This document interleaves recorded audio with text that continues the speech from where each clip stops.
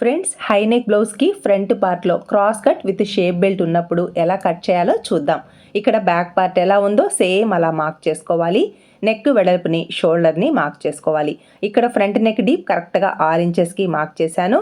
Front part cross cut blouse కాబట్టి వీలైనంత cross ఉండేలా ప్లేస్ చేసుకోవాలి. అప్పుడే చెస్ట్ అనేది టైట్ అవ్వకుండా ఫిట్టింగ్ నీట్గా ఉంటుందన్నమాట. క్రాస్ కట్ బ్లౌజ్కి ఖచ్చితంగా క్రాస్గా క్లాత్ని ప్లేస్ చేసుకోవాలి. ఇక్కడ లోతు 1/2 ఇంచ్కి సరిపోతుంది. మన మెథడ్లో క్రింది వైపున ఇలా 2 ఇంచెస్కి మార్క్ చేసుకుంటే షేప్ బెల్ట్ ఎక్కడికి వస్తుంది అని తెలుస్తుంది. ఫ్రంట్ పార్ట్ పొడవుని ఆది బ్లౌజ్ నుంచి ఇలా చెక్ చేసుకొని షోల్డర్ దగ్గర ఖర్చును వదిలేసి మార్క్ చేసుకోవాలి. ఫ్రంట్ సైడ్ నుంచి 4 ఇంచెస్ కానీ 3/3 ఇంచెస్కి మార్క్ చేసుకొని చెస్ట్ తక్కువ కాబట్టి 2 వైపులా 1 ఇంచ్కి మార్క్ చేసుకోవాలి. ఇక్కడ హుక్స్ బెల్ట్, కాజా బెల్ట్ పొడవు వచ్చేసి హైనెక్ బ్లౌజ్ కాబట్టి 5 ఇంచెస్కి మార్క్ చేశాను.